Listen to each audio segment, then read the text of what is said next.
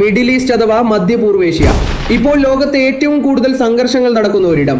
സമാധാനം ആഗ്രഹിക്കുന്നത് അവിടെ ഒരു തെറ്റാണോ? ചരിത്രം പരിശോധിച്ചാൽ ആണെന്ന് പറയേണ്ടി വരും. സമാധാനത്തിന് വേണ്ടി കൈകൊടുത്തതിന്റെ പേരിൽ മാത്രം കൊല്ലപ്പെട്ട 5 ലോക നേതാക്കളെ കുറിച്ചാണ് നമ്മൾ ഇന്ന് സംസാരിക്കുന്നത്. ജോർദാനിലെ കിങ് അബ്ദുള്ള ഒന്നാമൻ 1951 ജെറുസലേമിലെ അൽ അക്സ പള്ളിയിൽ പ്രാർത്ഥിക്കാൻ എത്തിയതായിരുന്നു ജോർദാൻ രാജാവ് അബ്ദുള്ള.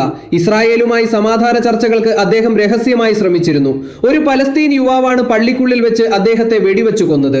അടുത്തത് ഈജിപ്തിലെ അൻവർ സാദത്ത്. ഇസ്രായേലുമായി സമാധാന കരാർ ഒപ്പുവെച്ച ആദ്യത്തെ അറബ് നേതാവായിരുന്നു അൻവർ സാദത്ത്. ഇതിനുള്ള അംഗീകാരമായി അദ്ദേഹത്തിന് സമാധാനത്തിനുള്ള നോബൽ സമ്മാനവും ലഭിച്ചു. പക്ഷേ 1981 ഒരു വിക്ടറി പരേഡ് വീക്ഷിക്കുന്നതിനിടെ സ്വന്തം സൈന്യത്തിലെ ഉദ്യോഗസ്ഥർ തന്നെ അദ്ദേഹത്തെ വെടിവെച്ച് കൊലപ്പെടുത്തി. അടുത്തയാൾ ലെബനാനിലെ ബഷീർ ജമായൽ.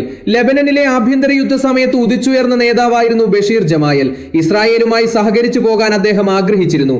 പ്രസിഡന്റായി തിരഞ്ഞെടുക്കപ്പെട്ടെങ്കിലും സത്യപ്രതിജ്ഞ ചെയ്ത് അധികാരമേൽക്കുന്നതിന് ആഴ്ചകൾക്ക് മുൻപ് പാർട്ടി ആസ്ഥാനത്തുണ്ടായ ബോംബ് സ്ഫോടനത്തിൽ അദ്ദേഹം കൊല്ലപ്പെട്ടു.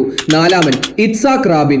ഇസ്രായേൽ നമ്മൾ രക്തം ചിന്തി മടുത്തു എന്ന് പ്രഖ്യാപിച്ച ഇസ്രായേൽ പ്രധാനമന്ത്രി. പലസ്തീൻ വിമോചന സംഘടനയുമായി ഓസ്ലോ കരാർ ഒപ്പിട്ട അദ്ദേഹം സമാധാനത്തിന് വേണ്ടി നിലകൊണ്ടു. 1995 തെല്ലവീവിൽ നടന്ന ഒരു സമാധാന റാലിക്കിടെ ഈ നീക്കത്തെ എതിർത്ത ഒരു ഇസ്രായേലി തീവ്രവാദി അദ്ദേഹത്തെ വെടിവെച്ചു വീഴ്ത്തി. അഞ്ചാമൻ ലെബനാനിലെ റഫീഖ് ഹരീരി. യുദ്ധത്തിൽ തകർന്ന ലെബനനെ പുനർനിർമ്മിച്ച ശില്പി. സിറിയൻ സൈന്യം ലെബനൻ വിട്ടുപോകണമെന്ന് അദ്ദേഹം ശക്തമായി വാദിച്ചു. 2005 ബെയ്റൂട്ടിലൂടെ സഞ്ചരിക്കുമ്പോൾ ഒരു വാൻ ബോംബ് സ്ഫോടനത്തിൽ അദ്ദേഹം കൊല്ലപ്പെട്ടു. അദ്ദേഹത്തിന്റെ മരണം ലെബനനിൽ വലിയൊരു വിപ്ലവത്തിന് തന്നെ കാരണമായി. ചുരുക്കി പറഞ്ഞാൽ ഈ 5 പേരും കൊല്ലപ്പെട്ടത് ഒരേ ഒരു കാരണത്താലാണ്. അവർ യുദ്ധത്തെക്കാൾ കൂടുതൽ സമാധാനത്തെ സ്നേഹിച്ചു. യുദ്ധം തുടങ്ങാൻ എളുപ്പമാണ്, പക്ഷേ സമാധാനം സ്ഥാപിക്കാൻ ജീവൻ പണയം വെക്കേണ്ടി വരുമെന്ന വിചിത്രമായ സത്യമാണ് മിഡിൽ ഈസ്റ്റ് കൊലപാതകങ്ങൾ നമ്മളെ പഠിപ്പിക്കുന്നത്.